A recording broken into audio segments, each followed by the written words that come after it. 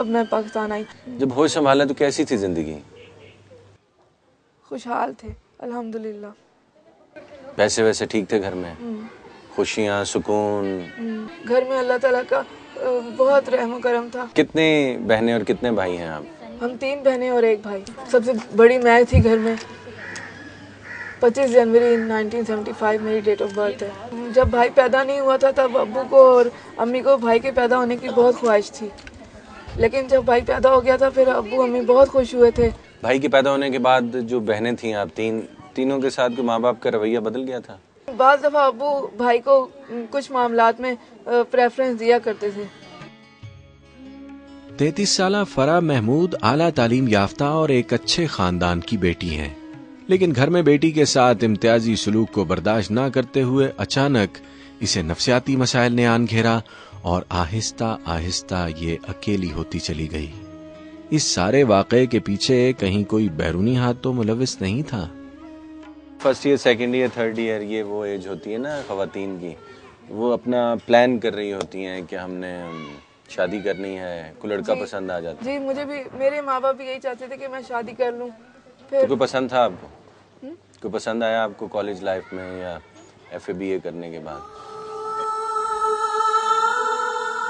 کبھی آپ کو کوئی پسند نہیں آیا زندگی میں؟ جی آئے ہیں، بہت سے لوگ آئے ہیں. بہت سے لوگوں سے کیا مراد ہوتی ہے؟ شادی تو ایک سے کرنی ہوتی ہے عورت میں. کون پسند آیا تھا؟ اس کا نام نہیں لینا چاہتی نا آپ؟ جی. شادی پھر اس نے کیوں نہیں کی آپ کے ساتھ؟ کیا کہہ کر چھوڑا اس نے آپ کو؟ مجھے الفاظ یاد نہیں ہیں لیکن رویہ یاد ہے؟ جی. نفرت سے اس نے الوداع کہا تھا یا اچھی طرح سے الوداع کہا؟ اچھے طریقے سے الوداع کہا. اس کے بعد آپ ڈسٹرب ہوئی ہیں نا؟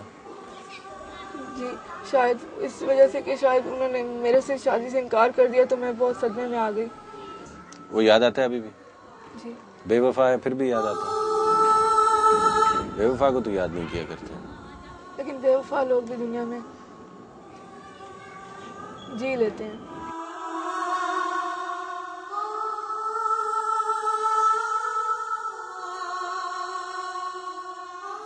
ایک نارمل انسان کی طرح باتیں کرتے کرتے فرح محمود اچانک چیخنے چلانے لگتی ہے اور ماضی کے کسی بے وفا کو یاد کر کے تڑپنے لگتی ہے. اسی کیفیت کو مد نظر رکھتے ہوئے گھر والے اب اسے ساتھ رکھنے کو تیار نہیں ہیں اور بی بی ایدھی ہوم میں پناہ گزین ہے.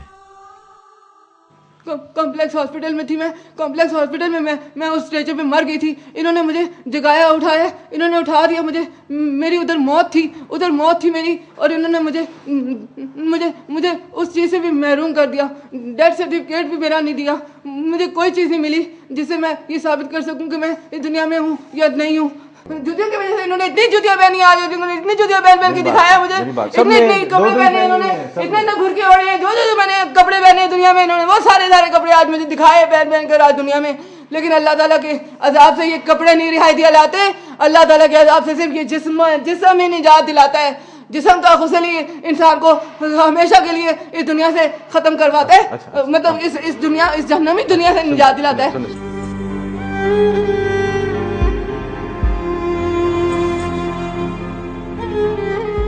ماں باپ گزر گئے، وقت پر شادی نہ ہو سکی، جسے پسند کیا وہ بے وفا صنم نکلا. ان صدمات نے فرح محمود کو نفسیاتی مریض ضرور بنا دیا، لیکن گھر بسانے کا خواب اس نے آج بھی دیکھ رکھا ہے.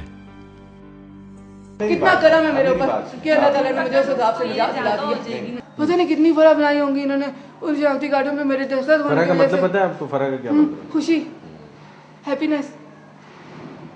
آپ کا نام کیا ہے؟ اقبال حسین. اچھا. اور اچھے لوگوں کو ایسے ہی نام دے دے کے سمجھتے ہوں گے کہ بس فرح کے کوئی شوہر ہی نہیں ہوں گے دنیا میں. لیکن اللہ تعالیٰ نے دیکھیں آپ کی صورت میں واقعی کیا پتہ میرے کوئی شوہر ہی رکھے ہوں دنیا میں. میرے جیسے لوگ تو بڑے برے شوہر ثابت ہوتے ہیں. نہیں آپ اچھے ہوں گے. نہیں میں آپ کو اچھے کھانے کھلاؤں گی. میں آپ کو کبھی گوشت اور مرغی کا اور ان چیزوں گندی چیزوں کا محتاج نہیں کروں گی، چاولوں جیسی چیزوں کا. میں نے ماسٹرز کیا اسلامک اسٹڈیز میں. آپ جیسے لوگ ہی میری اس زمانے میں پسند تھے، لیکن ان لوگوں نے پتہ نہیں کتنی فرح اور کتنی شبانہ بنا کے، عائشہ بنا کے انہوں نے اس طرح مینٹل کیا سب لوگوں کو.